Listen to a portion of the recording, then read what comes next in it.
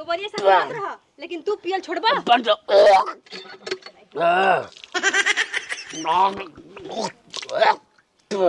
और पिया गोबरिया से और पिया। अरे कहाँ पी ले, हम नहीं पी ले। हां नहीं पियला भाई काहे होता होता लागत तोहार लीवर खराब हो गइल बा। का हो ढेला? उल्टी होता? अरे मर्दे लगातार अतरिया अतरिया बहरा निकल जाए।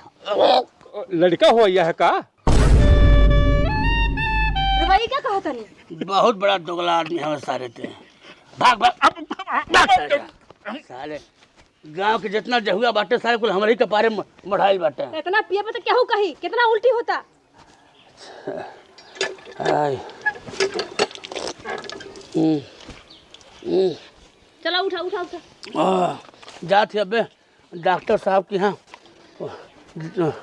पेशाब चेक करा। मैं फोन कैले रहनी कहना पेशाब लेके आओ तो हर चेक होई। जा जा चेक कराओ, लीवर तो खराब ना हो गई।